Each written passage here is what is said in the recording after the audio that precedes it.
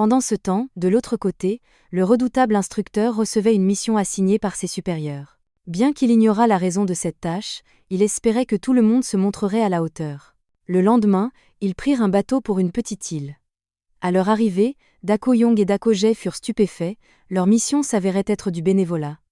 Ils piquèrent immédiatement une crise au sol, ils s'attendaient à une mission d'assassinat ou d'espionnage.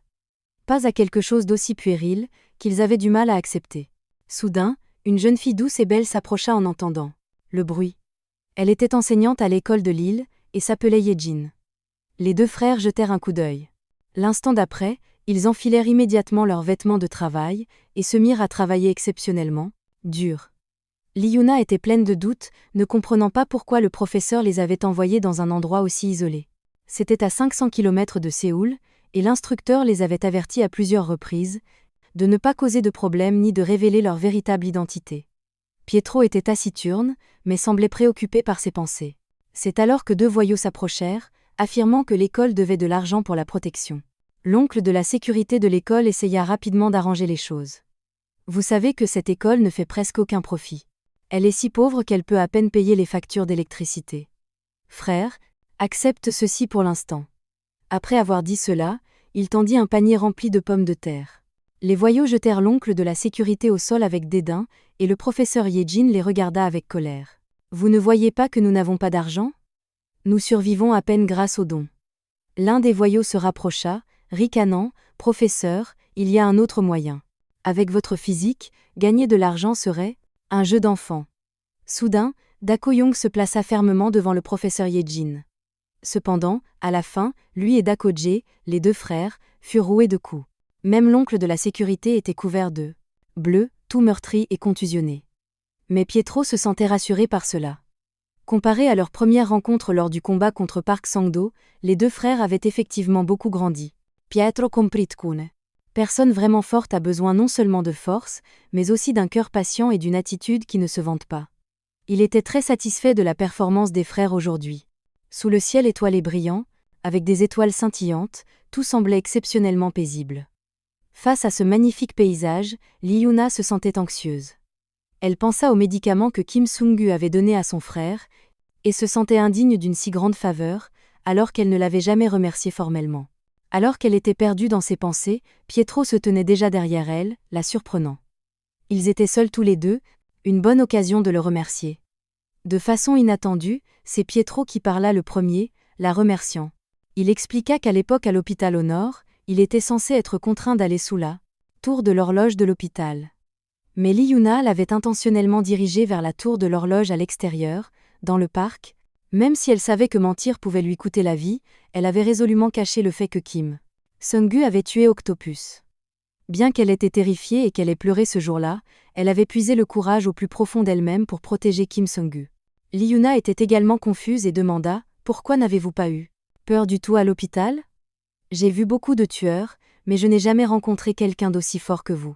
Vous avez même vaincu Nathaniel, et avec vos capacités, être juste un tueur de rang cerf n'a pas de sens. » Pietro n'expliqua pas grand-chose, disant simplement « Quand le moment sera venu, je vous dirai tout. » Li-Yuna rassembla finalement son courage et dit à voix haute « Merci. » Pietro sourit avec reconnaissance et remarqua « Les deux frères, et vous, avez beaucoup mûri.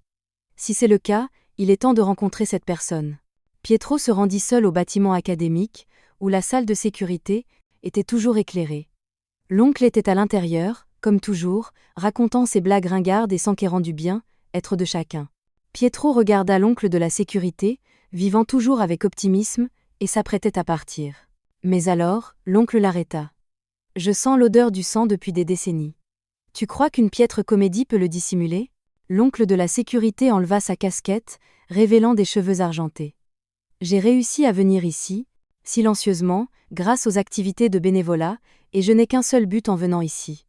Te rencontrer, le plus grand épéiste du monde, disciple Simon. » L'oncle tira lentement une épée du balai. Ricana froidement, « Tu as dû recueillir pas mal d'informations avant de venir ici, n'est-ce pas ? Savais-tu que ta vie est sur le point de se terminer ? » Tout à l'heure, lorsque les deux se sont affrontés de front, Simon n'a trouvé aucun défaut dans la technique de Pietro. Personne n'avait jamais échappé à son épée. Même lorsqu'il utilisait du bambou coupé pour créer une zone fermée, il n'avait aucune chance. Il sentait clairement que le jeune homme devant lui possédait une force insondable. Simon avait fait de son mieux pour cacher ses propres manières, ajuster ses compétences oratoires, et même changer son odeur corporelle et son rythme respiratoire. Mais peu importe à quel point c'était incroyable ou absurde, la personne devant lui était bel et bien son frère aîné Pietro.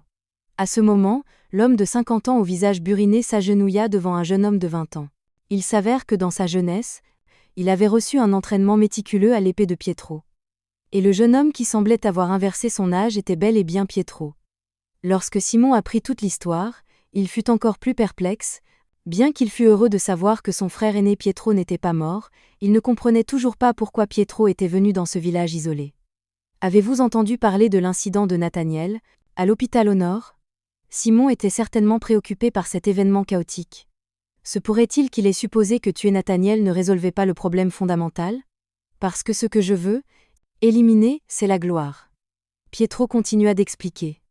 En remontant à 60 ans, le père Gabriel avait créé un orphelinat, sélectionnant 12 enfants exceptionnels, dont Pietro.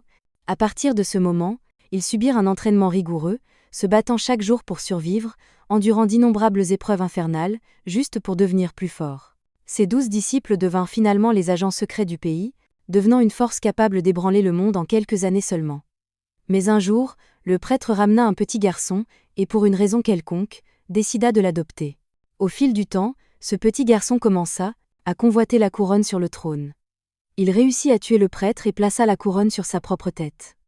Lorsque Simon apprit cela, il fut enragé et jura de tuer l'usurpateur immédiatement. Mais il fut arrêté par un Pietro plus âgé. Ce n'est pas encore le bon moment. Simon, retenant son chagrin, n'agit pas. Ainsi, la gloire tomba entre les mains du petit garçon, devenant rapidement corrompu et pourri, se transformant en une organisation sanglante de tueurs. Si tu sais ce qu'est la gloire maintenant, alors emmène-moi avec toi. Mais Pietro ne voulait pas le mettre en danger. En un instant, il se remémora le passé, rempli de regrets. Si tu ne m'avais pas arrêté à l'époque, je ne serais même plus en vie aujourd'hui, et ce morveux ne se pavanerait pas, faisant son important. Même si j'avais été décapité, je serais intervenu avec joie. Pietro semblait légèrement chagriné, détestant son propre sentiment d'impuissance avec l'âge. Maintenant, avec ce corps de jeune homme, on dirait que le ciel lui offre une chance de se venger. Simon, regarde bien. Celui qui détruira son empire, ce sera moi. Le lendemain, ils se préparèrent à rentrer chez eux. Simon suivit également la décision de son frère aîné, Pietro. Mais il dit, si tu as besoin d'aide, un simple coup de fil, et je serai là. Pietro se sentit rassuré, le voyant toujours aussi fort et énergique. Cependant, après leur départ, l'île a soudainement subi des vents violents et une averse, avec du tonnerre et des éclairs au-dessus de l'école. À ce moment-là, assis dans une salle de sécurité, Simon s'apprêtait à lire le journal. Mais soudain, il a enlevé son chapeau. 2 silhouettes en noir sont apparues dans son champ de vision, bravant la pluie. Je n'ai été informé d'aucune visite aujourd'hui. Que puis-je faire pour vous ? Bien sûr, nous sommes ici pour vous. L'un des 12 disciples du père Gabriel, le saint de l'épée tourbillonnante, le disciple Simon. Les visiteurs étaient une escrimeuse très talentueuse, et un homme aussi grand qu'un ours. Il s'avère qu'ils ont été envoyés par Glory, et la femme représentant l'épéiste la plus forte du Japon est le nouveau Simon. Vous savez vraiment qui je suis ? C'est vraiment excitant. Venir de si loin, il semble que ce voyage n'ait pas été vain. Ne vous inquiétez pas, je traite très bien tous mes invités. Alors, battons-nous à mort. Peu de temps après, la salle de sécurité s'est illuminée d'éclairs. Chaque explosion provoquée par le choc de leurs épées. La force de leur frappe a envoyé des ondes de choc à travers les lames, les projetant tous les deux en arrière, à cause de l'impact. J'attendais vraiment ça avec impatience. Serait-ce parce que tu as vieilli ? Tu n'es pas aussi génial que je le pensais. Je n'ai pas pris une épée depuis de nombreuses années. Si c'était avant, tu serais déjà mort. Monsieur, ne vous flattez pas, pensa Simon. Son maniement de l'épée est impressionnant, mais ce qui m'inquiète le plus, c'est le type baraqué qui se tient derrière elle. Pour affronter les deux, je devrais me déplacer dans une zone plus vaste. Sur ce, leurs épées s'entrechoquèrent une fois de plus. La femme a rapidement balancé son épée sur Simon, visant son cou. Mais dans la seconde suivante, Simon s'enfuit rapidement par la fenêtre. Mince, il s'est vraiment échappé. Est-ce que ça va avec la pluie qui tombe comme ça ? C'est bon. Allons le poursuivre. Le maniement de l'épée de cette femme est inhabituel, mais le plus important est son épée. Elle a façonné la lame comme une scie, avec chaque dent inhabituellement large, afin qu'elle puisse pénétrer profondément dans la peau. Et ce grand type n'a rien fait quand sa partenaire a été blessée. Ils ont certainement des secrets qu'ils ne disent pas. Il n'a pas fallu longtemps à Simon pour s'arrêter. L'ennemi l'a poursuivi jusqu'au bord d'une falaise et a dit en se moquant : « Monsieur, vous semblez assez romantique, choisissant une falaise comme votre propre tombe. » Mais Simon est resté impassible, reprenant tranquillement son souffle, sentant chaque goutte de pluie et même chaque souffle d'air autour de lui. Soudain, il s'est rapidement occupé d'un ennemi et s'est préparé à affronter l'homme à l'allure d'ours. Cependant, cet homme n'a toujours montré aucune réaction. En baissant les yeux, Simon a découvert une profonde blessure sur son estomac. Il ne pouvait pas comprendre quand c'était arrivé. Il était clair qu'il avait frappé l'adversaire. Alors pourquoi cela se produisait-il ? Était-il possédé par un fantôme ? Ou était-ce une hallucination ? Simon a commencé à soupçonner que ce que la femme avait vaporisé sur elle-même était être une drogue hallucinogène. Puisqu'il s'agissait d'une drogue hallucinogène, Simon a décidé de se battre les yeux fermés. Ses compétences en maniement de l'épée, même les yeux fermés, ne le trahiraient jamais, car il les avait pratiquées des dizaines de milliers de fois. Mais à ce moment-là, pour ses ennemis, Simon avait l'air de faire une pièce d'épée de singe, maladroite et inepte. L'ennemi a ri : « Ça, monsieur, vous êtes comme un ivrogne. Je devrais vous dire quelque chose aussi. Savez-vous pourquoi on m'appelle le fantôme de l'épée ? Parce que tout comme le nom le suggère, je suis un fantôme, et l'épée que j'utilise est une épée fantôme. » Pendant ce temps, à l'école secondaire Divine au Nord, l'amour était-il toujours aussi douloureux ? Le professeur Yejin ne répond pas. Dako Young a montré ses messages à Liuna et Pietro. Il a mentionné que le professeur Yejin répondait habituellement, mais après qu'elle ait envoyé une photo d'une note qui disait « Une femme qui utilise l'épée, un homme à l'allure d'ours », elle n'avait répondu à rien. Ces étranges messages ont mis Pietro extrêmement mal à l'aise. Il a donc ramené Liuna et son subordonné sur l'île pour enquêter. Au sommet de la falaise, ils ont trouvé une boîte et une photo d'un navire. À l'intérieur de la boîte se trouvait la main droite de Simon. Quand Pietro a vu cela, il a réfléchi que s'il avait gardé Simon à ses côtés à ce moment-là, cette tragédie ne se serait pas produite. À ce moment-là, Pietro était complètement enragé.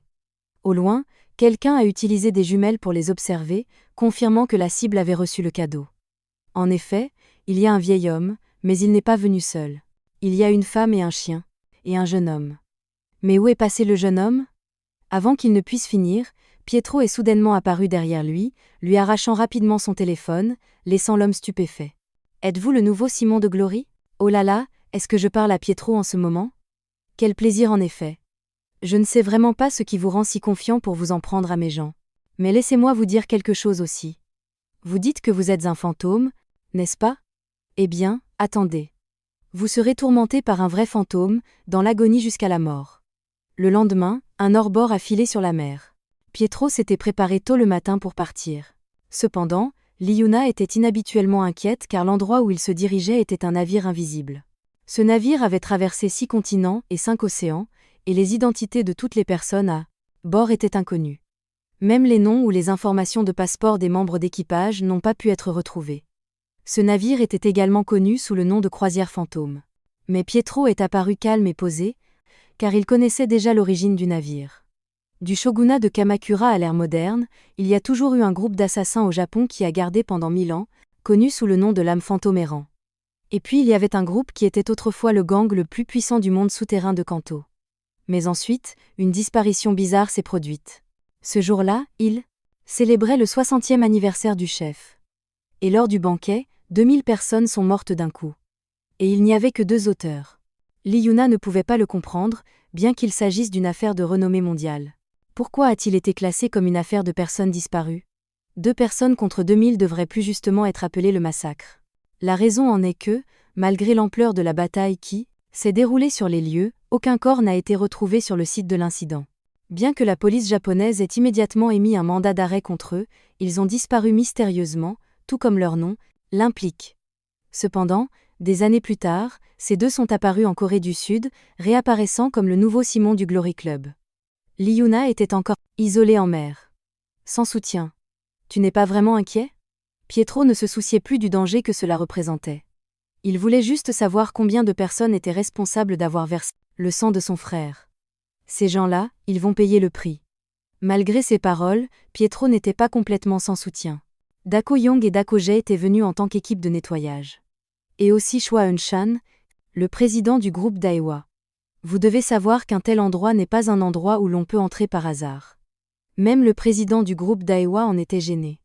C'était un mélange de contrebande, de drogue, d'armes et de diverses œuvres d'art à des prix astronomiques. Il y avait même du trafic d'êtres humains, même Choi Eun-chan a dû se forcer pour monter à bord. Peu de temps après, ils aperçurent leur destination, au loin. Le lieu saint officieux du Glory Club, la croisière fantôme du disciple Simon. Pietro était déterminé à découvrir à quel point cette femme était maléfique. À ce moment-là, dans la cabine d'un invité de la croisière, un dignitaire fracassa la tête d'un serveur avec un cendrier. Faites venir votre patron maintenant. Hélas, monsieur On, qu'est-ce qui vous met dans un tel état? Le service ici ne vous plaît-il pas? On en parle dans ma chambre, ça te dit? J'ai l'air d'être aussi frivole que ça? Je suis le PDG du groupe du Zhang. Ne te fâche pas. Si ma chambre ne te plaît pas, on peut aussi parler ici. Qu'est-ce que tu en dis, On? Si tu ne t'amuses pas assez, je peux rendre ça encore plus enivrant pour toi. Oh là là, regardez-le. Je ne pensais pas que tu étais branché sur ce genre de truc. Ça suffit. Jetez-le à la mer. Vous croyez vraiment que Pietro va venir? Ce sera la première vente aux enchères après cet appel. Il viendra, c'est sûr. Après tout, il a reçu le cadeau que je lui ai envoyé. Je vais le retrouver, puis le torturer et le tuer lentement. Pour réclamer la prime de 6 milliards. J'ai hâte de te rencontrer, Pietro. Pendant ce temps, après être montés à bord, Dako Young et Dako Jae étaient complètement abasourdis par l'opulence du club, une piscine qui pouvait accueillir des milliers de personnes, des services de type hôtel incroyablement luxueux, au-delà de leurs rêves les plus fous. Avec des dignitaires partout, après avoir servi n'importe quel client, ils recevaient des pourboires généreux. Un pourboire banal était de 1000 $, ce qui les rendait fous de joie, allant même jusqu'à fantasmer sur le fait de travailler ici pendant 1 an et demi, puis de prendre leur retraite. Soudain, la salle des ventes a éclaté sous des applaudissements enthousiastes. Avant de commencer les enchères, permettez-moi de vous présenter cet objet. Cette petite chose peut tuer des centaines de milliers de personnes en 2 minutes. Une arme biologique, Fodorok, elle a été développée par l'ancienne Union soviétique, qui a décidé de la détruire en raison de son extrême danger. Mais pour une raison quelconque, elle a été sauvée par nous, puis est tombée entre nos mains.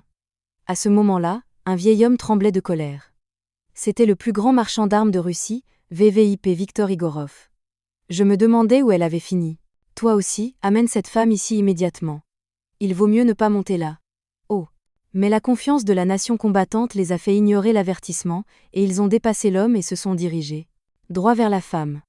Les 2 hommes se sont approchés de la femme, déclarant « Comportez-vous bien, et vous ne serez pas blessés ».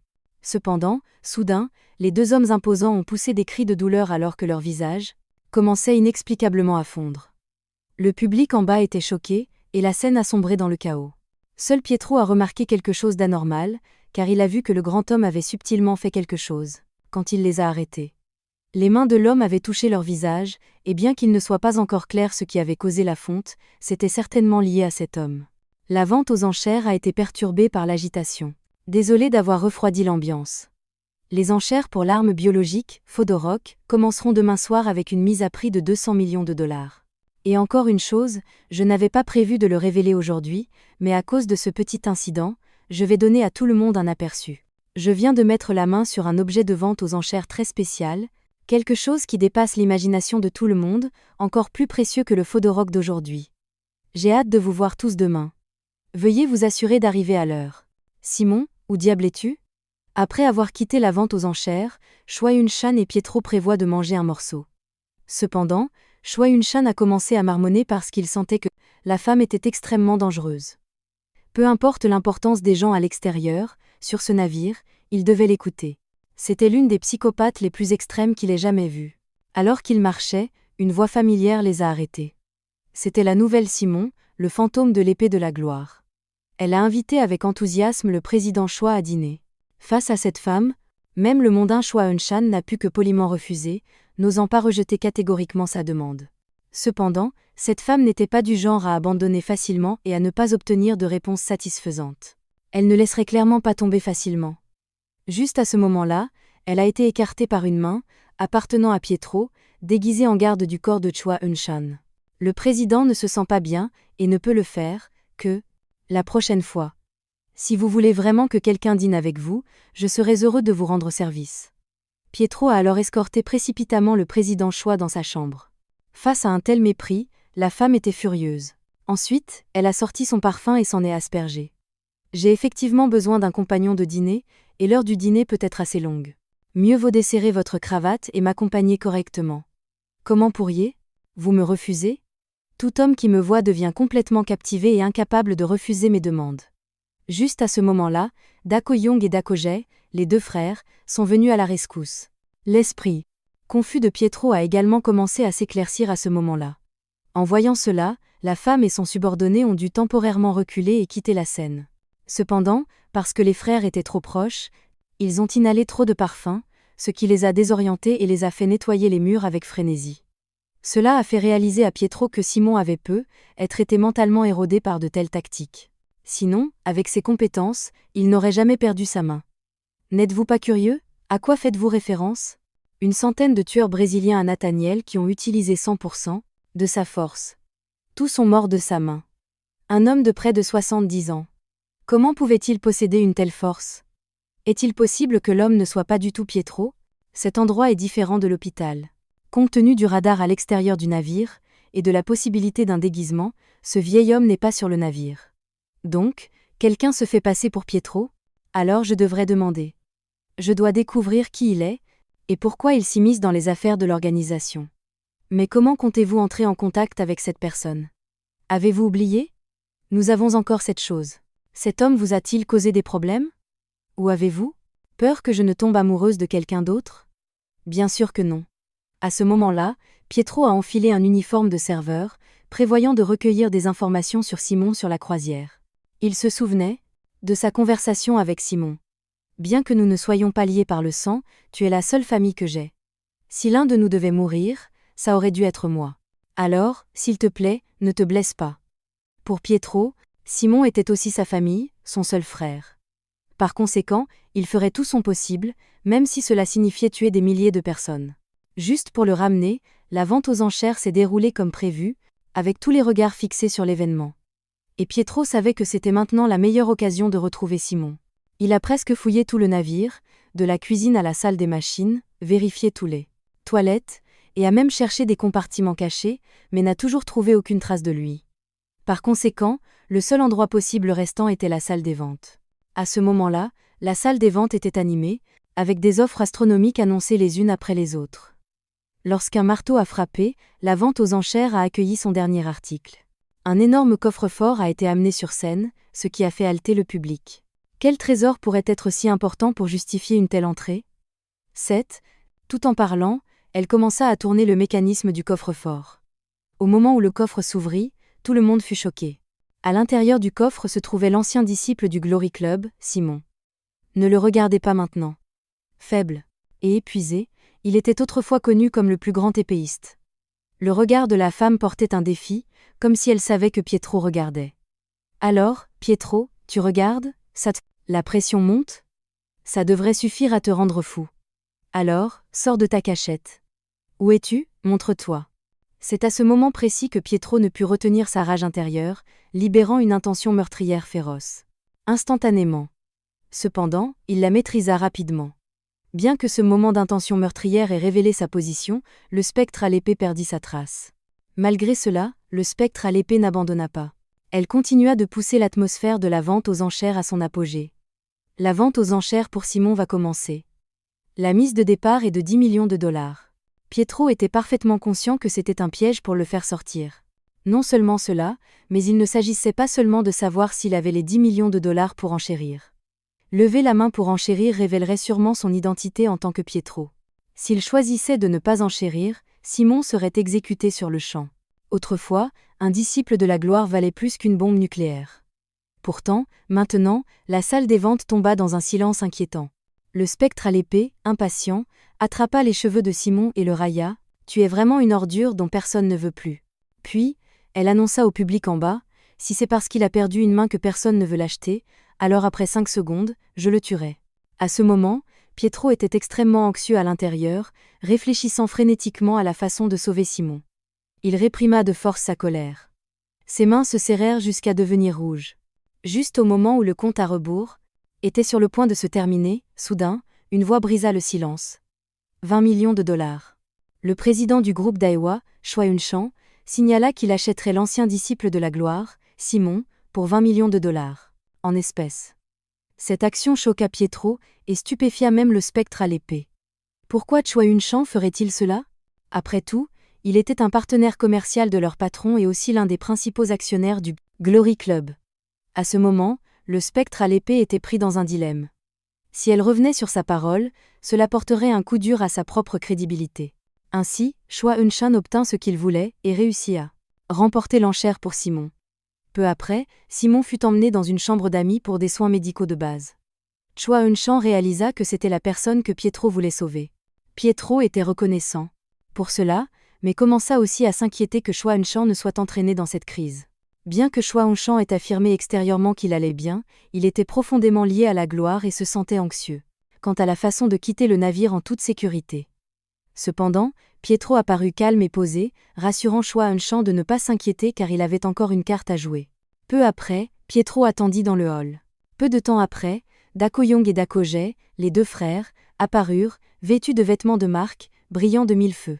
Il semblait qu'ils avaient gagné pas mal d'argent ces derniers jours, et commencèrent même à se moquer de l'apparence misérable de Pietro. « Suis-nous, frangin.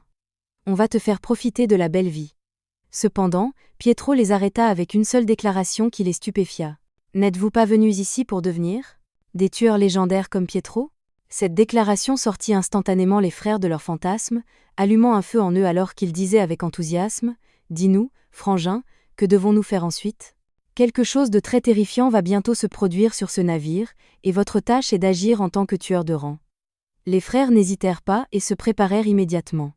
Pietro retourna ensuite dans sa chambre, regardant Simon allongé faiblement sur le lit, ressentant un mélange d'émotions. En le voyant ainsi, Pietro ne put s'empêcher de se rappeler le bon vieux temps. Il y a plus de 60 ans, quand ils étaient encore jeunes, ils avaient regardé des élèves jouer au football pendant leur temps libre.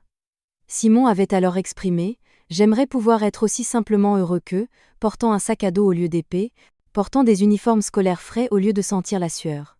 Comment pourrais-je aller à l'école ? Ce n'est pas comme si je pouvais utiliser des mains couvertes de sang pour prendre un stylo pour apprendre. » Pietro, qui aimait beaucoup Simon à l'époque, fit une suggestion audacieuse.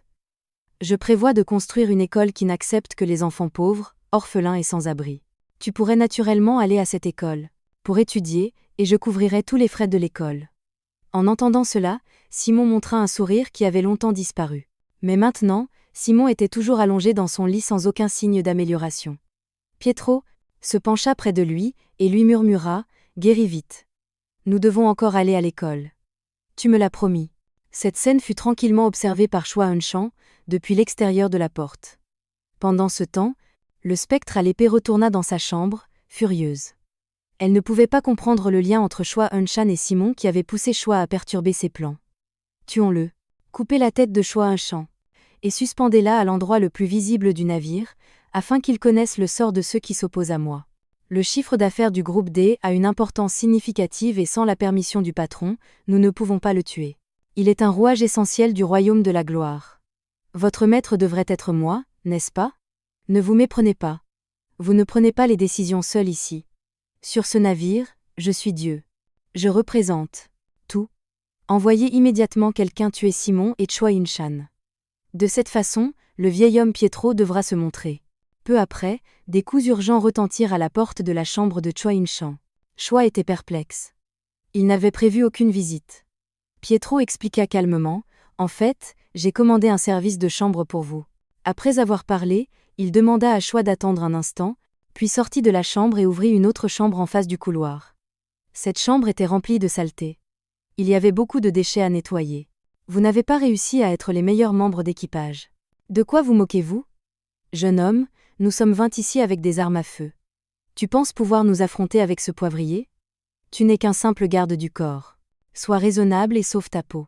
Pietro sourit, clairement conscient que ces gens ne comprenaient pas à quel point le poivre pouvait être dangereux. Trop compter sur les armes à feu. Même si vous êtes doué, vous finirez par atteindre vos limites. Parfois, ces petits objets sont plus utiles que les balles. Le chef fut stupéfait alors que Pietro chargeait sans crainte dans la foule. Utilisant un poivrier, Il visa précisément les tempes de chacun, tuant instantanément, sur place.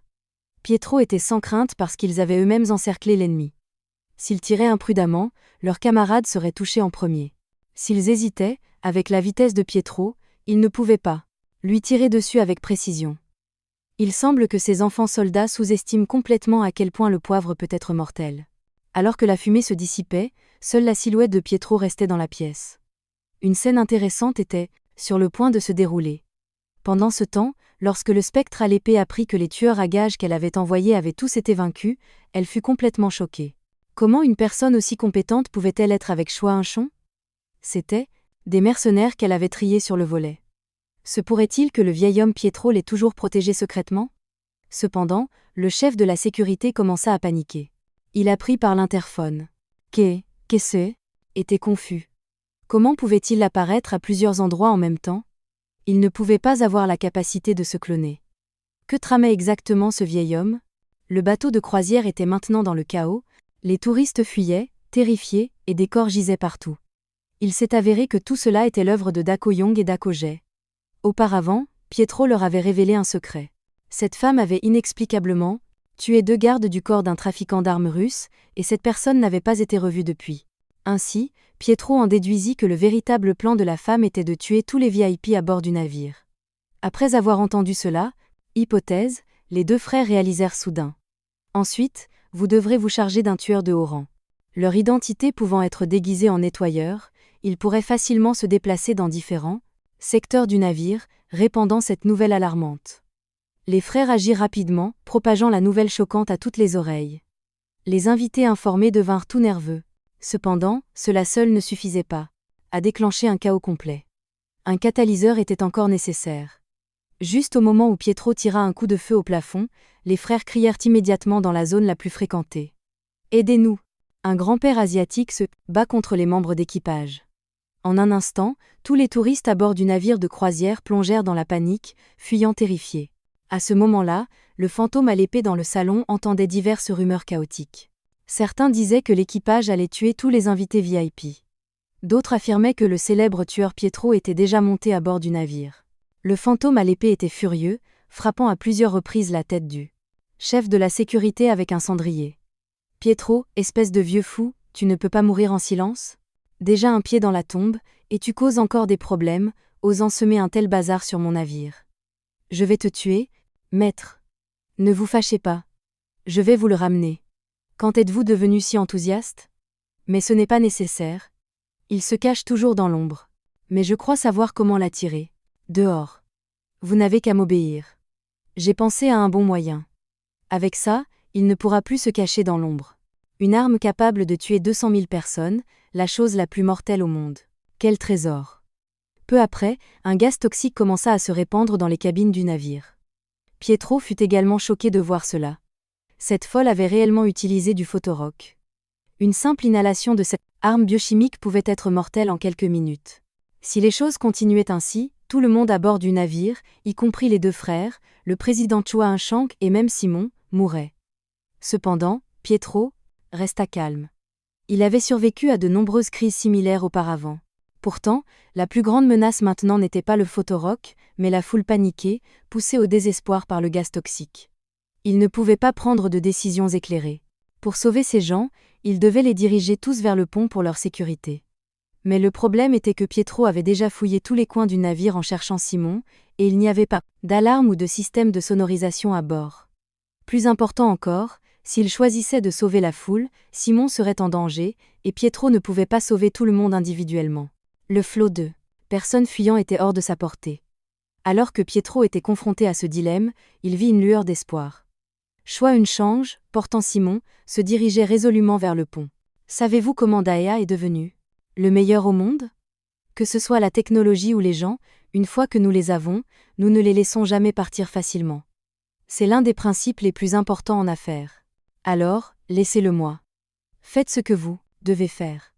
Pietro réalisa que le petit garçon qu'il avait autrefois sauvé était devenu un homme capable de soutenir un pan du ciel. Pietro le remercia brièvement, puis se retourna et courut vers l'endroit où le gaz toxique se répandait. Cette action laissa Chua-un-Chong dans une admiration stupéfaite. Pietro se précipita dans le brouillard de gaz toxique, sans hésitation. Choix comprit qu'il aurait dû arrêter ce jeune homme, mais il espérait secrètement qu'il pourrait réaliser l'impossible, tout comme il l'avait autrefois espéré pour quelqu'un d'autre. Cette sensation familière resurgit une fois de plus. Pendant ce temps, le fantôme à l'épée avait déjà préparé du vin coûteux, attendant tranquillement que le poison se disperse, après quoi elle pourrait aller chercher le corps de Pietro. À ce moment-là, elle pourrait réclamer la récompense de 6 milliards devant l'heure, patron. Cependant, soudain, tout le navire commença inexplicablement à tanguer, ce qui laissa le fantôme à l'épée très perplexe. Elle croyait qu'un tel problème était impossible avec le navire qu'elle avait construit. 5 minutes plus tôt, Pietro avait réussi à infiltrer la salle de contrôle et à pirater habilement le système de contrôle du navire. Chaque grand navire possède 3 ballastes remplis d'eau pour équilibrer le navire. Si l'eau de l'un de ces réservoirs était vidée, le navire perdrait l'équilibre et tanguerait dans une direction. Sur un navire sans aucun dispositif de diffusion, et avec les masses en état de panique, Pietro savait que le moyen le plus efficace de les guider à prendre des décisions rationnelles était d'utiliser leur instinct primaire de fuite. Un navire de croisière qui tangue les pousserait naturellement à fuir vers le haut, dans les zones supérieures, en particulier le pont, où le seul endroit est suffisamment éloigné du gaz toxique. Ce n'est qu'en courant vers le haut qu'ils peuvent survivre. Alors que les gens couraient vers le haut, le gaz toxique plus lourd que l'air resterait sur les niveaux inférieurs du navire et cesserait de se répandre. Avant que le navire ne puisse être stabilisé, il devait vaincre le fantôme à l'épée et sauver tout le monde. Témoin du chaos qui se déroulait, le fantôme à l'épée était brûlant de rage. À ce moment-là, quelqu'un vint signaler que Pietro se trouvait maintenant dans la salle des ventes. Elle gloussa sombrement en retirant lentement ses vêtements, marmonnant pour elle-même. Puisqu'il désire tant la mort, bien sûr, je dois l'obliger. Elle s'approcha du casier de rangement et commença à choisir avec soin un parfum pour Pietro. Pas sûr de ce qu'il aime. Dois-je choisir le parfum que le vieux Simon préférait ou en essayer un nouveau ? Peu importe. Je vais tous les prendre. Après tout, c'est Pietro. Il devrait les aimer. Peu après, elle et son subordonné arrivèrent à la salle des ventes. À ce moment-là, Pietro les attendait déjà. En voyant la silhouette de Pietro, le fantôme à l'épée était perplexe. Pourquoi est-ce ce gamin ? Où est passé le vieil homme ? Pietro les regarda froidement, contenant son intention de tuer. Voyant qu'il ne répondait pas, le fantôme à l'épée se prépara à dégainer son épée pour le tuer. Cependant, Pietro prit le microphone et annonça lentement que la vente aux enchères finales de la croisière fantôme allait commencer. Le lot d'aujourd'hui est un nouveau disciple, personnellement sélectionné par le nouveau propriétaire du Glory Club, le fantôme à l'épée. Le fantôme à l'épée fronça les sourcils, complètement confus. De quoi parle cet idiot ? Sa colère devint incontrôlable. Étant donné qu'elle était la chef itinérante de la lame fantôme errante au Japon, l'épéiste la plus forte de la nation Hamato. Mise à prix, 100 won coréens. Se sentant humilié, le fantôme à l'épée dégaina instantanément son épée et rugit. Tu cours à ta perte. Heureusement, elle fut arrêtée par l'homme à l'allure d'ours, 100 won coréens, pas d'enchérisseur, alors 51. Sinon, 31 feront l'affaire. On ne peut vraiment pas faire moins cher. Quelqu'un pour 10 won ? Quel dommage. Personne ne veut de toi. Ne sois pas triste, fantôme à l'épée. Je vais m'assurer que ta vie soit valorisée de manière appropriée. Qu'en penses-tu ? 01. Mais crois-tu avoir vaincu le sein de l'épée tourbillonnante ? Il semble que tu aies surestimé tes capacités. Aujourd'hui, je vais te montrer à quoi ressemblait vraiment le summum de l'épée tourbillonnante de cette époque. L'homme à l'allure d'ours fut stupéfait en entendant cela. Ce gamin a à peine 20 ans. Comment pourrait-il imiter la technique de l'épée tourbillonnante ? Pourtant, le regard de Pietro était rempli de confiance et de calme. 7. Aura inébranlable d'intention de tuer, mettait l'homme à l'allure d'ours mal à l'aise. Il conseilla immédiatement à l'esprit de l'épée de se retenir, affirmant qu'il affronterait Pietro en premier. Mais après l'humiliation de Pietro, la fureur de l'esprit de l'épée était déjà allumée, et elle libéra son œil fantôme rarement vu, ordonnant à l'homme à l'allure d'ours de ne pas interférer. À ce moment-là, son expression et son regard rappelaient l'époque où elle avait massacré 2000 personnes, semblant revenir à cet état sanguinaire. Elle enleva lentement ses chaussures, ricanant à Pietro. Tu peux me dire comment tu souhaites mourir, et je peux généreusement exaucer ton vœu. À ce moment-là, Pietro observa silencieusement, restant silencieux. Il savait que c'était un moment critique. Son geste d'enlever ses chaussures semblait suspect. Était-ce simplement pour alléger son poids, afin d'augmenter sa vitesse ? Il semblait improbable que la vitesse seule puisse assurer une position de disciple. Le clan de la lame fantôme errant, dont le titre de fantôme de l'épée est le plus grand honneur, réservé uniquement aux plus forts capables de perpétuer l'héritage de la génération précédente. Le fait que cette femme ait enlevé ses chaussures n'était pas seulement pour réduire son poids. C'était parce qu'elle possédait une vitesse stupéfiante. Le secret résidait dans ses semelles, les chaussures fantômes. Les chaussures fantômes fournissaient une énergie cinétique supplémentaire pour ses mouvements, résolvant la période de vide inévitable et le mouvement à grande vitesse. Elles lui permettaient de se déplacer rapidement vers un endroit et de passer rapidement à un autre, lui conférant une grande mobilité. Ainsi, l'énergie cinétique se transformait en une force puissante, augmentant la puissance destructrice de l'utilisateur de plusieurs fois. En voyant cette vigueur, l'homme à l'allure d'ours devait admettre ses inquiétudes. La vitesse du fantôme de l'épée était extrêmement rapide, et elle disparaissait dans les airs après chaque manœuvre. Contre un tel adversaire, même Pietro aurait du mal à trouver une occasion de contre-attaquer. En d'autres termes, tant que Pietro ne pourrait pas déceler sa faille, le fantôme de l'épée resterait invincible. Malgré cela, l'homme à l'allure d'ours était toujours rempli de doutes. Clairement, Pietro était sur la défensive, mais ses yeux ne révélaient aucune trace de défaite. Au contraire, ils observaient méticuleusement chaque mouvement du fantôme de l'épée.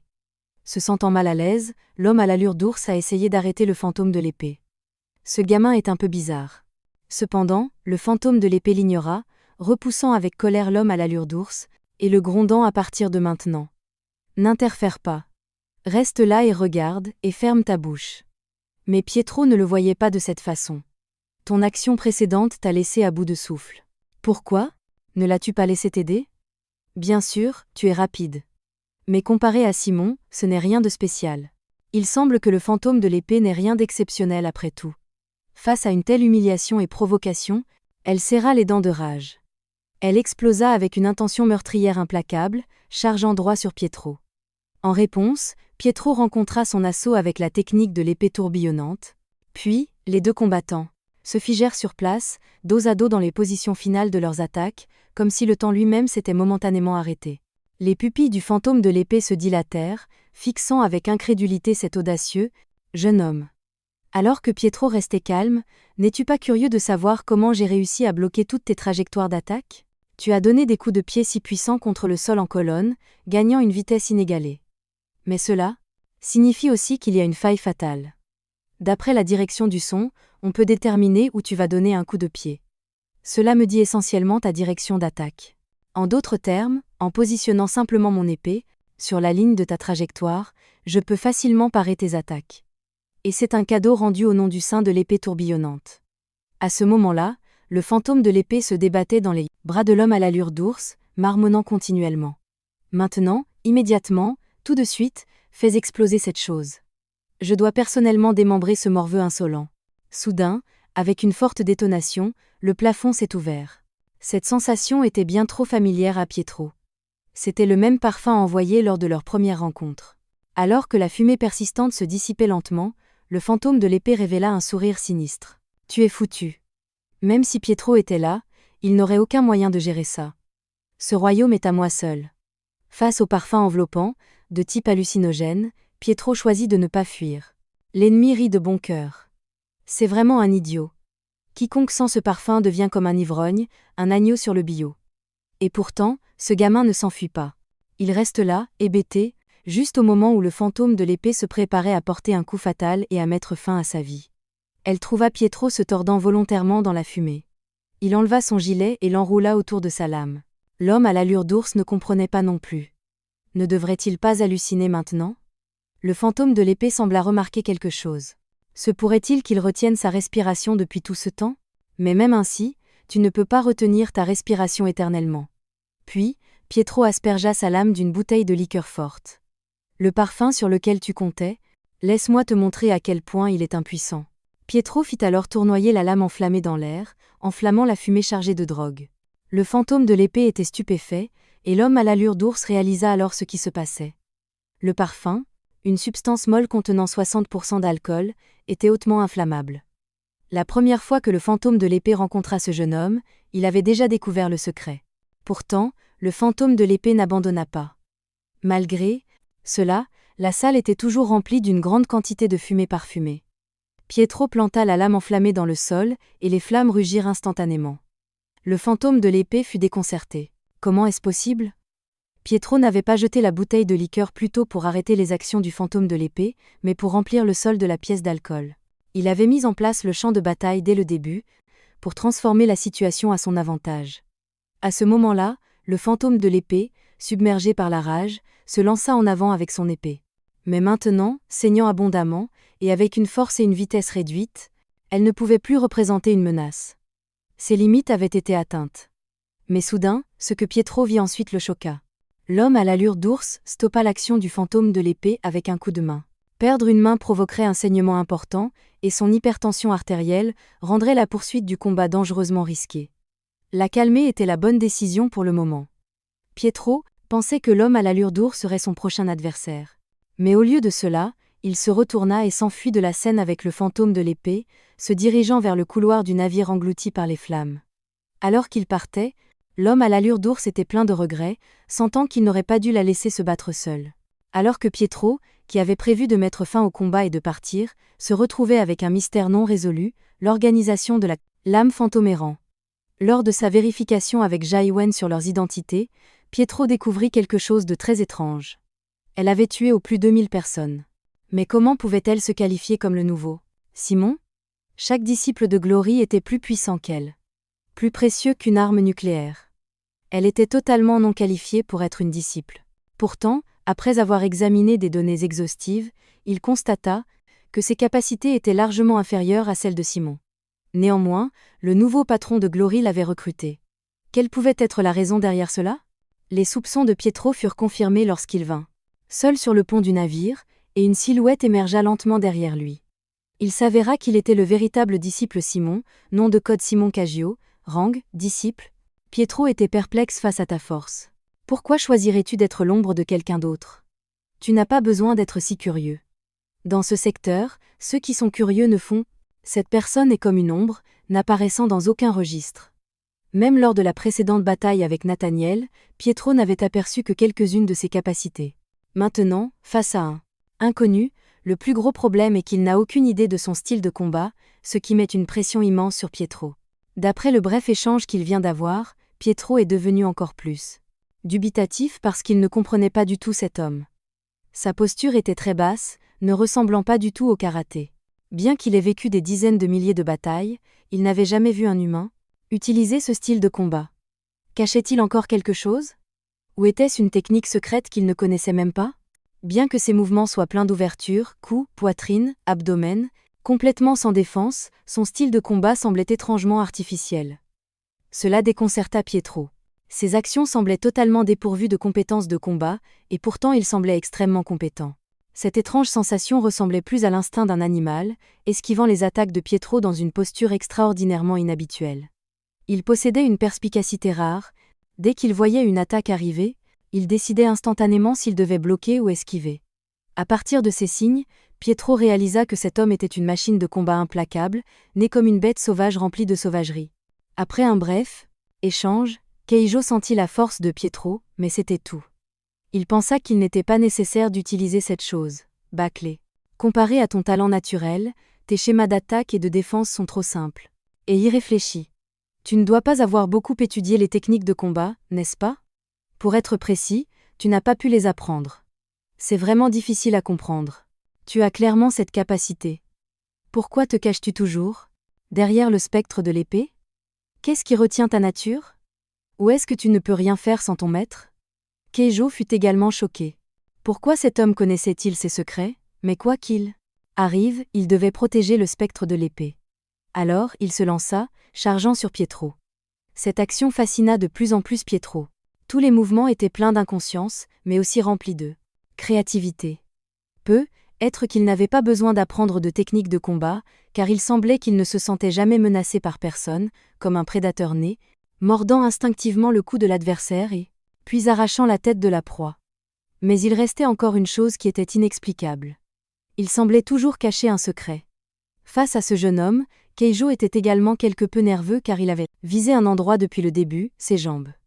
Pensant toujours à tendre des pièges pour limiter ses mouvements, l'agilité de Keijo devait être frustrante pour lui. D'où le piège élaboré, puisqu'il est si déterminé. Alors je ferai exactement le contraire. Je vais l'attaquer. Keijo se battit. Cependant, lorsqu'il constata que ses mouvements étaient contraints, il fut très perplexe. Quand la chaîne avait-elle été fixée ? Était-ce pendant le récent combat qu'il avait déjà jeté les bases de tout ce qui allait suivre? Il semble que tu te sois toujours battu par instinct. Mais tu as dû réaliser quelque chose après avoir été témoin de mon combat avec le spectre de l'épée. Donc, mon appât doit être plus raffiné. Tu n'as probablement jamais mené une bataille qui nécessitait de la cervelle. N'est-ce pas? Ne gaspille pas tes efforts. Même une scie aurait du mal à couper cette chaîne. Cependant, caché dans la manche de Keijo se trouvait un ensemble de gants griffus. Non seulement résistant à la corrosion, mais aussi capable de couper à travers sa propre peau. Ce qui signifie que, il utilisait son propre sang pour faire fondre la chaîne de fer autour de son cou. C'était pourquoi il avait pu devenir un disciple, le pouvoir de dissoudre les gens qu'il avait montré à la vente aux enchères. En voyant cela, Pietro devint extrêmement prudent. Avoir de telles capacités signifiait qu'il ne pouvait pas approcher Keijo négligemment. Lorsque Keijo chargea sur lui, Pietro sembla incapable d'éviter l'attaque, mais dans la seconde suivante, Pietro attrapa la main de Keijo, qui était juste devant son visage. Il s'avéra que Pietro avait fait semblant d'être incapable d'esquiver afin d'observer de près la main de Keijo. La série de confirmations justes avait permis à Pietro de réaliser quelque chose. Cela devait être ce qu'il savait. La lignée du léopard toxique, connue pour dissoudre tout avec son sang. Même Pietro lui-même fut surpris.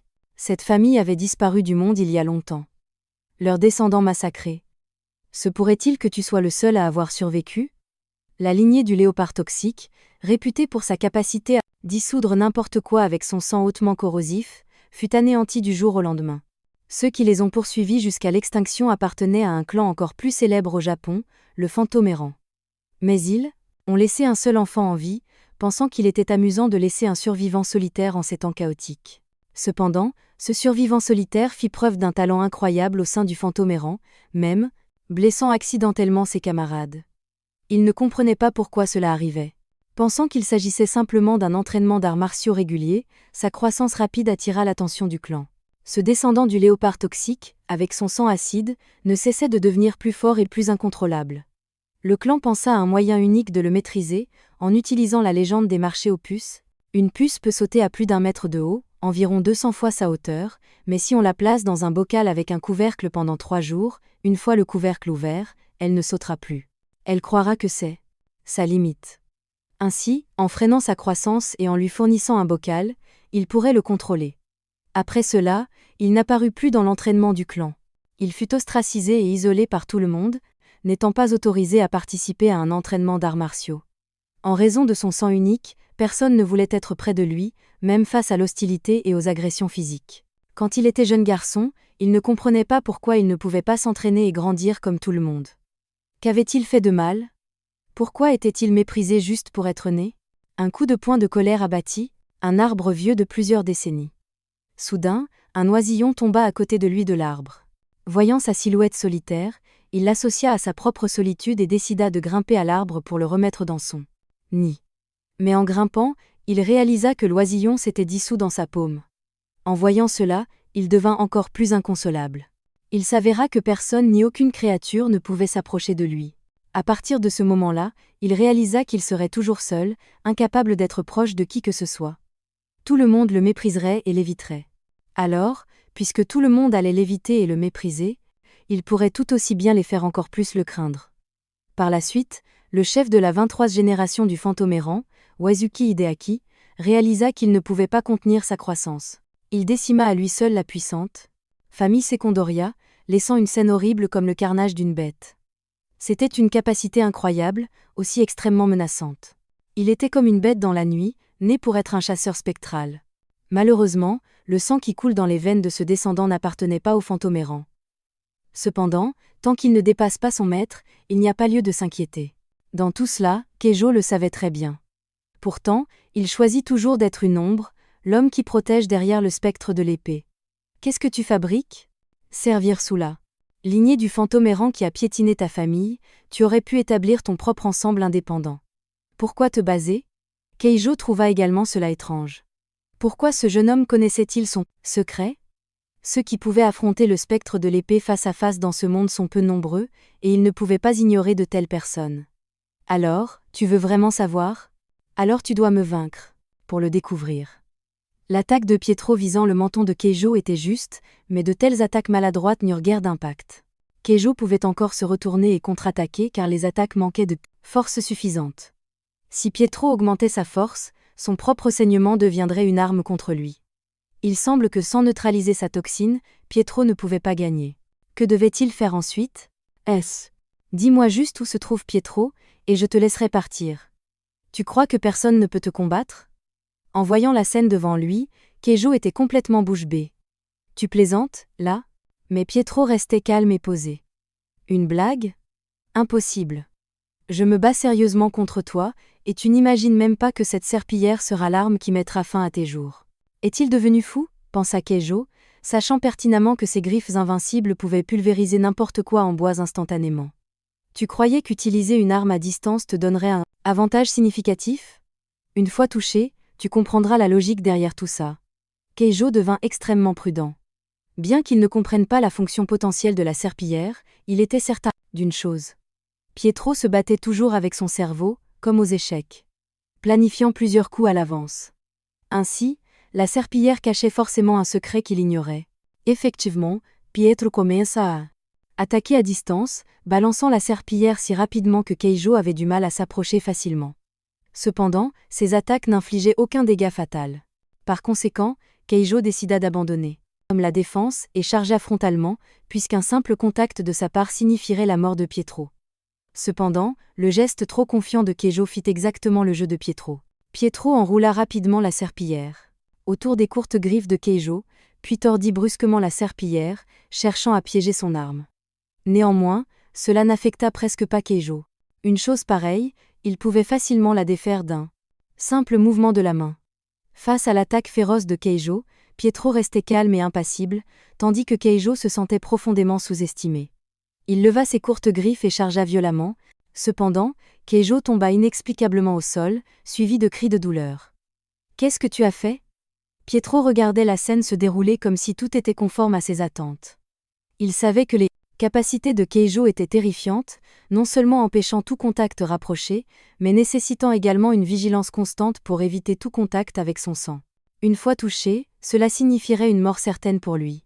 Mais le sang de Keijo avait aussi un défaut fatal. En raison de sa forte acidité, une fois qu'il entrait en contact avec un puissant agent nettoyant alcalin, il réagirait chimiquement, neutralisant l'acide. Et l'arme tant prisée de Keijo cesserait d'exister.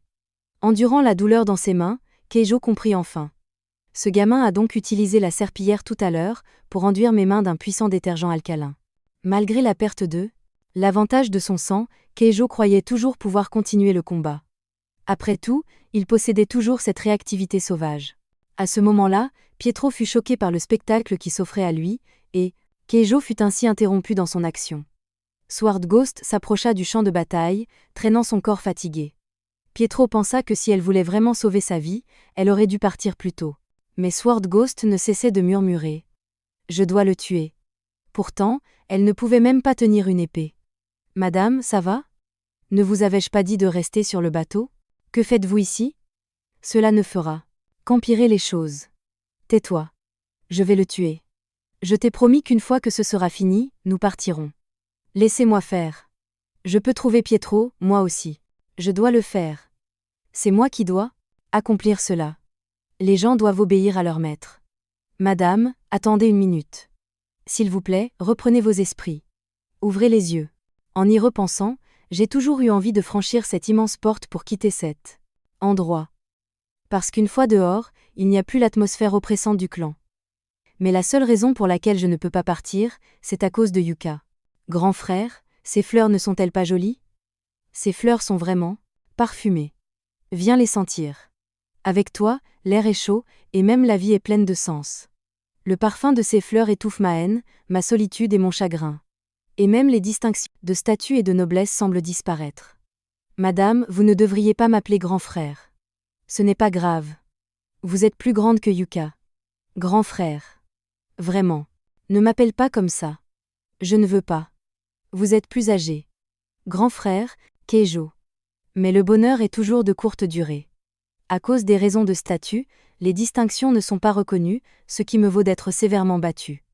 Même à cause du sang qui coule dans nos veines, nous ne pouvons pas nous toucher à volonté. Peut-être est-ce mon sang maudit. Peut-être est-ce votre sang noble. Mais à coup sûr, Cette relation signifie que nous ne pourrons plus jamais franchir cette limite. Dans les jours qui ont suivi, je ne pouvais que vous regarder de loin. Parce que vous finirez par hériter de la lame du fantôme errant. Et être votre ombre me suffit. Votre anniversaire était également très grandiose, avec d'innombrables cadeaux de valeur. Y compris votre parfum préféré, tous des articles coûteux, et mon parfum bon marché et peu coûteux, je ne pouvais même pas vous l'offrir. Au prix de 800 yens, il était bien trop. Indigne de vous. Yuka, qui était à l'origine joyeuse et riante, a radicalement changé un jour. Le clan Yamadagumi, amical, a attaqué de manière inattendue la lame du fantôme errant, et tout ce qui m'importait était la sécurité de Yuka. Sans me soucier de personne d'autre, je ne pouvais que vous emmener et fuir cet endroit dangereux. À partir de ce jour, vous êtes devenue une personne différente. Vous vous entraîniez jour et nuit, sans tenir compte de votre condition physique. Pour la vengeance, même si vous étiez malade, vous continuez à améliorer votre force. Et je ne pouvais que regarder en silence, vous accompagnant tranquillement. Nous sommes restés dans une grotte pendant plusieurs années, échangeant finalement votre vie contre des résultats d'entraînement. Un jour, des années plus tard, vous avez réussi à venger le clan avec votre épée et mon sang. Après avoir massacré 2000 personnes, nous avons disparu. Mais en échange de la vengeance, nous avons perdu notre lieu de retour. Nous avons erré sans but pendant de nombreuses années, incapables de trouver une direction dans la vie. Vous m'avez demandé, où devrions-nous aller ? Bien sûr, là où est le maître. C'est là que se trouve ma maison. Même si vous me demandiez de partir, je ne serais pas satisfait. Mais vous sembliez fatigué de cette vie de cachette et aspiriez à un endroit ensoleillé, un endroit où personne ne pourrait nous reconnaître. Et je me fiche de ce qu'est cet endroit. Tant que vous êtes là, j'ai juste besoin d'être votre ombre. Cela me suffit. Keijo ? Oui, madame. Comment est-ce possible ? Comment as-tu ça ? Tu crois que je ne savais pas ? Depuis 10 ans, je l'ai toujours gardé sur moi. Je ne voulais pas le gaspiller, alors je ne l'ai jamais utilisé. Maintenant, peux-tu le vaporiser pour moi ? Non, ce parfum est périmé. Je ne peux pas le vaporiser sur toi. Tu sais vraiment comment choisir un parfum. C'est vraiment celui que j'aime. Les jours passés avec toi sont vraiment joyeux. Tous des souvenirs précieux. Je suis désolée. Je n'ai pas pu tenir notre promesse. Tu dois bien prendre soin de toi à partir de maintenant. Grand frère Keijo. C'est mon sang. Recrache-le. Non, j'ai fait beaucoup de mauvaises choses. C'est peu, être juste, mon destin. De cette façon, tu pourras vivre mieux. Alors s'il te plaît, finis-en pour moi. Tu ne peux pas faire ça. Yuka. Keijo serra Sword Ghost contre lui. Le choc soudain lui avait déjà fait perdre la raison.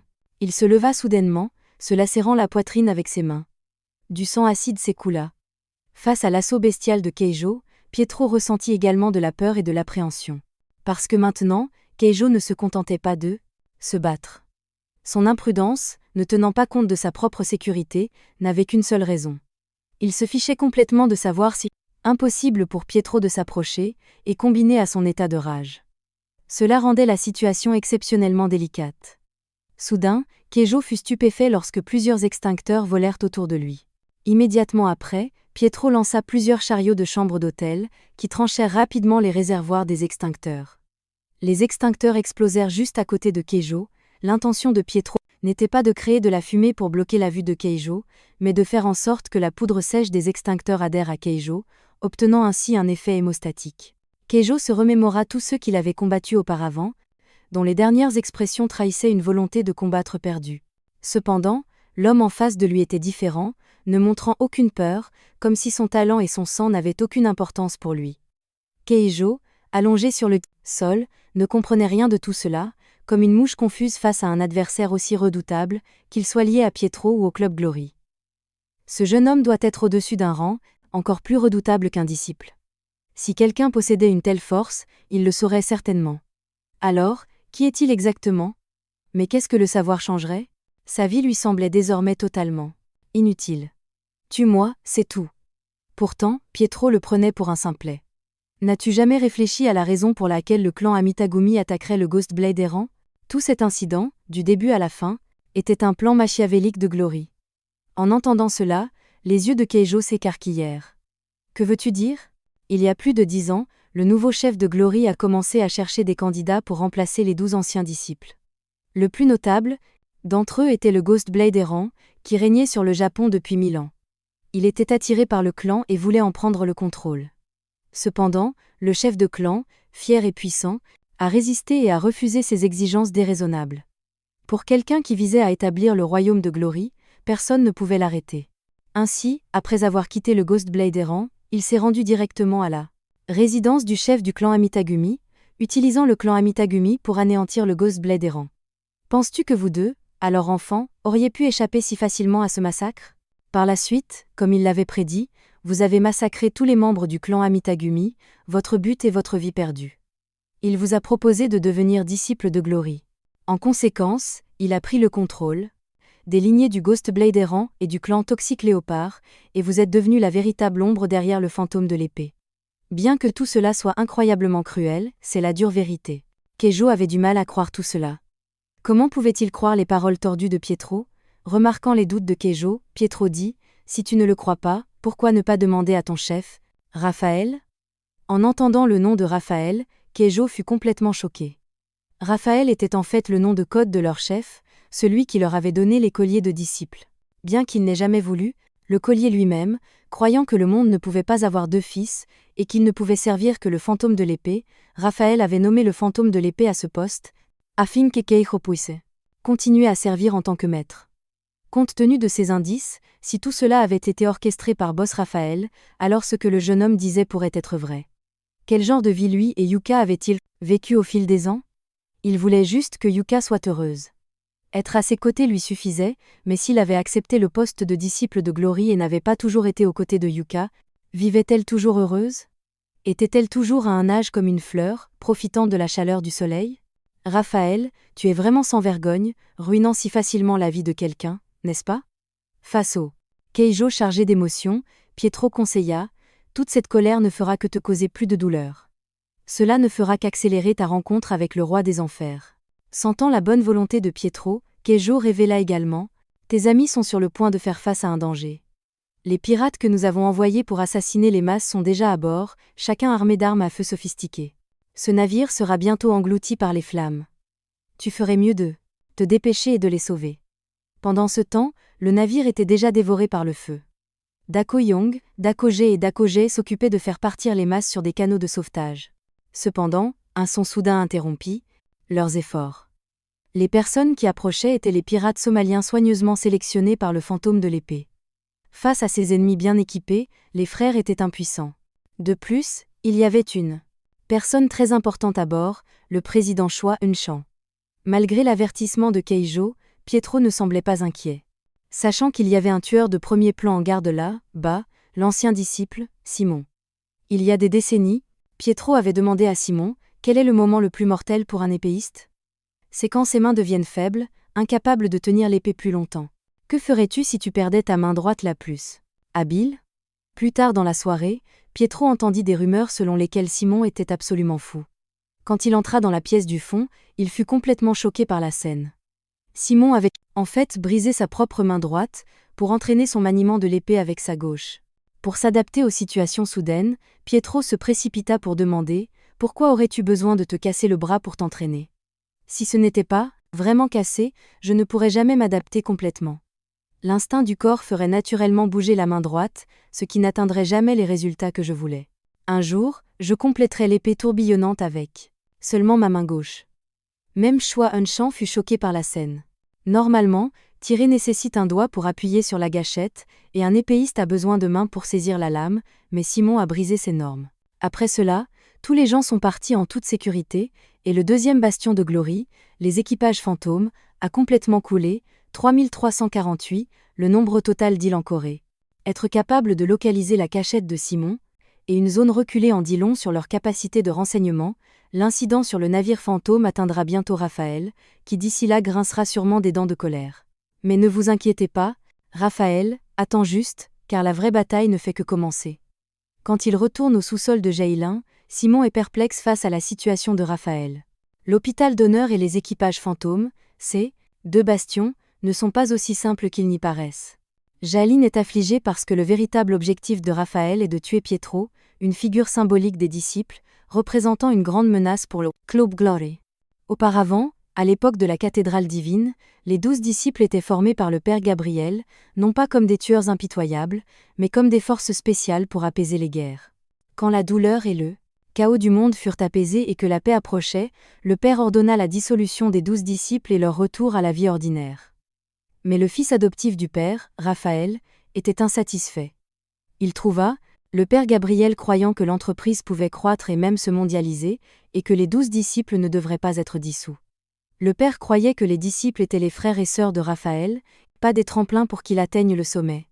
Ils avaient sacrifié leur belle vie pour cela. Ils ont sauvé des millions de personnes, tous enfants du Seigneur. Maintenant, ce monde paisible n'a plus besoin d'eux. Face à une telle réponse, Raphaël ne pouvait clairement pas l'accepter.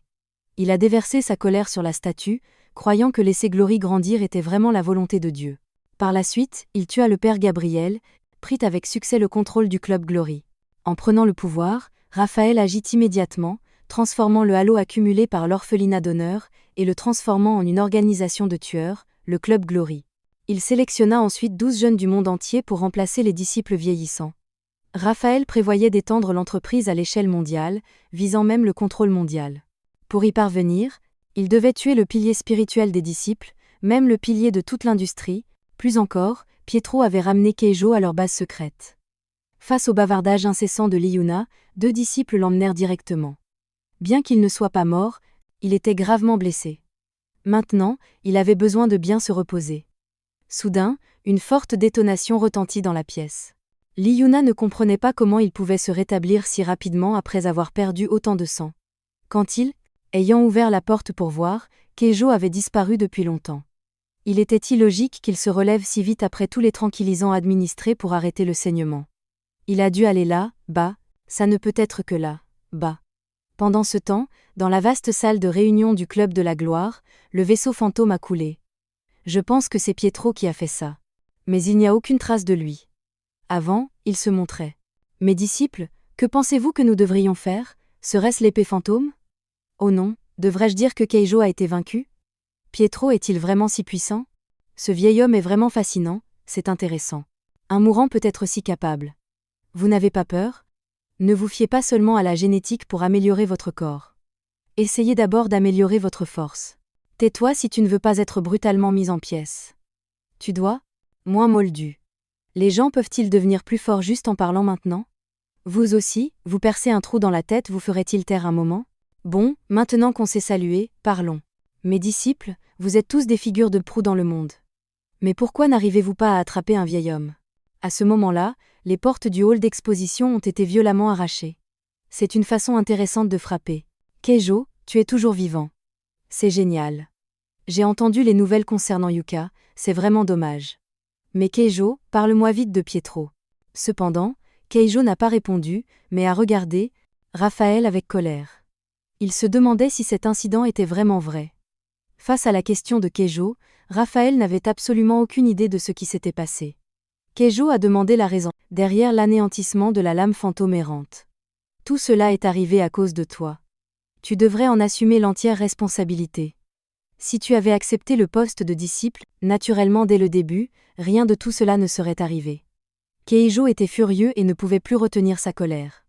À partir de maintenant, tous les disciples dans la salle, un par un, sortez, quiconque est encore là après 10 secondes devra mourir. Keijo, sais-tu ce que tu dis pour dire ça? On dirait que personne ne pense à partir. Très bien. Aujourd'hui, vous allez tous mourir, face à l'assaut des autres disciples. Keijo était dépassé, d'autant plus qu'il ne s'était pas encore remis des blessures subies lors de la bataille avec Pietro.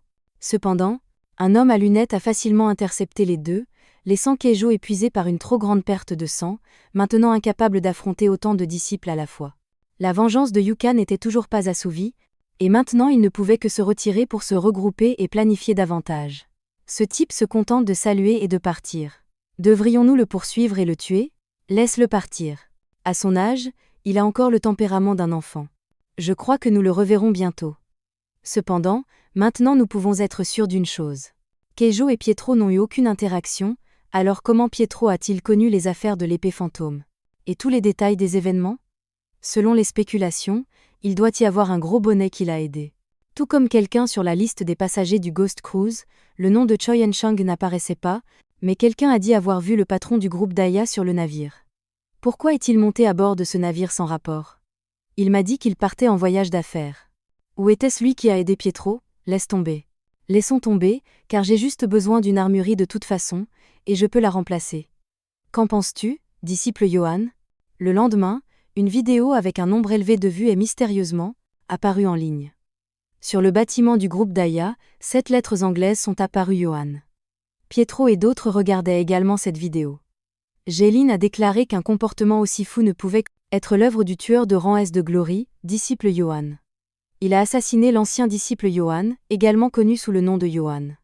Il laisse toujours son nom avant chaque assassinat, ce qui ajoute une couche supplémentaire de crainte pour les victimes, profitant de leurs derniers instants de peur. Il était une fois un prince d'un certain pays qui a reçu sa signature rouge sang, incitant la protection immédiate de le prince par les forces spéciales.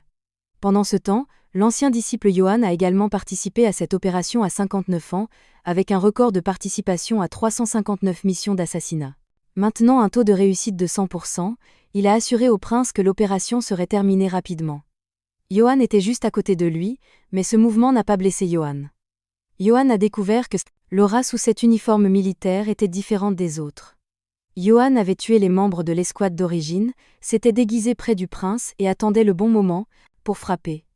Dans l'usine, la lumière s'est soudainement éteinte, accompagnée de divers cris de douleur. Dans son urgence, Johan a tiré un coup de feu et a trouvé des lunettes de vision nocturne avec la faible lumière. Pour quelqu'un, bien entraîné et aguerri au combat, ce n'était qu'une crise temporaire. C'était juste une routine. Ensuite, Johan a immédiatement enlevé ses chaussures, car dans cet endroit noir comme la nuit, le son était le seul source d'information.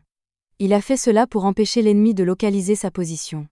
Cependant, lorsqu'il a utilisé les lunettes de vision nocturne, il a été complètement choqué. Dans l'usine noire comme la nuit, soudain, il y a eu un silence complet. Même les odeurs détectées précédemment avaient disparu. Même avec des lunettes de vision nocturne, il ne pouvait détecter aucune présence humaine. Suite à cela, il a été témoin d'un spectacle bizarre, une courte lame flottant inexplicablement dans l'air, avec une certaine chaleur émanant de la poignée. Normalement, s'il s'agissait d'une forme de vie organique, l'imagerie thermique la capturait certainement. Cependant, Johan, qui avait vécu près de 60 ans, n'avait jamais vu un tel phénomène. Incapable de voir la personne qui approchait, il se sentait comme une tente sur une poêle chaude, incapable de trouver son chemin. Même si le personne était juste à côté de lui, il ne ressentait rien. Simon ne pouvait pas le comprendre. Il a raisonné que si une peau était exposée, elle serait sûrement détectée par l'imagerie thermique. Comment quelqu'un d'aussi compétent que Johan être tué si facilement? Pietro, cependant, était profondément appréhensif, car la vraie peur ne résidait pas dans le fait que l'adversaire puisse être capturé par des lunettes de vision nocturne. C'était que toutes les prophéties qu'il avait posées s'étaient réalisées. Maintenant, sur le bâtiment du groupe Dae, son nom a également été laissé. Bien que le moment précis ne soit pas clair, Johan suivrait sûrement sa prophétie, attendant l'opportunité d'assassiner Choi Eun-chan. Immédiatement après, Simon a rapidement emmené Jae-wen contacter le hacker pour enquêter sur l'affaire. Cependant, lorsqu'ils ont opéré, Simon était complètement abasourdi. L'invisible Jae-wen était étonnamment compétent pour taper sur le clavier. Es-tu vraiment aveugle, ou juste faire semblant? Jae-wen a ensuite expliqué qu'il avait toujours porté une paire d'écouteurs spéciaux qui pourraient lire toutes les informations sur l'écran et les transmettre à ses oreilles par le son. Bien qu'il soit aveugle, ses autres sens étaient exceptionnellement développés. À ce moment-là, Pietro est devenu sérieux, car à ce stade, Raphaël ne laisserait certainement pas les choses se dérouler.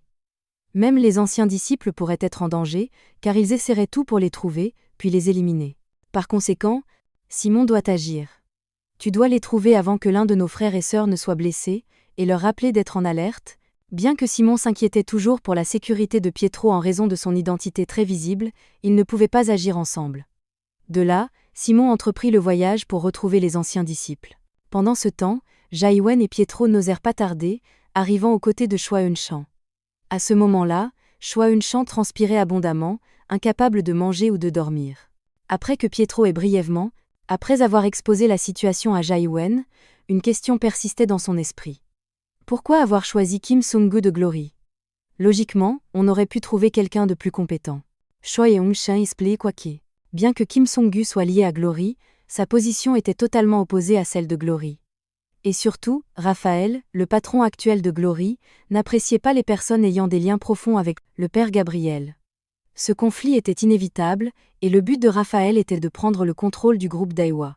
La santé de Cho Eun-chan ne s'étant pas améliorée, il demanda à son secrétaire de prendre des dispositions.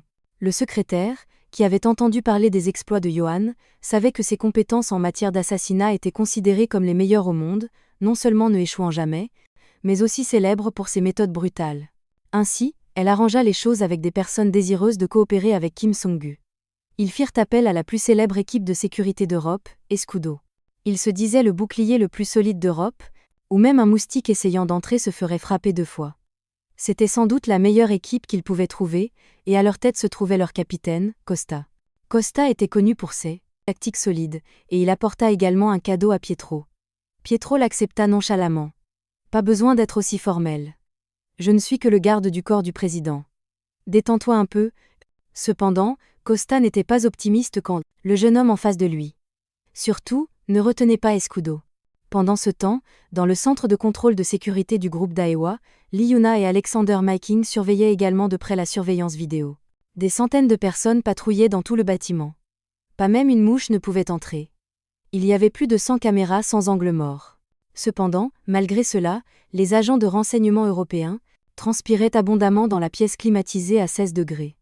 La pression exercée par Yohan les rendait agités. En revanche, Marco, le capitaine de l'équipe B d'Escudo, était d'un enthousiasme débordant dans le centre de contrôle, affirmant « Nous sommes le bouclier le plus solide, car Escudo est le plus fort. Pas besoin de paniquer.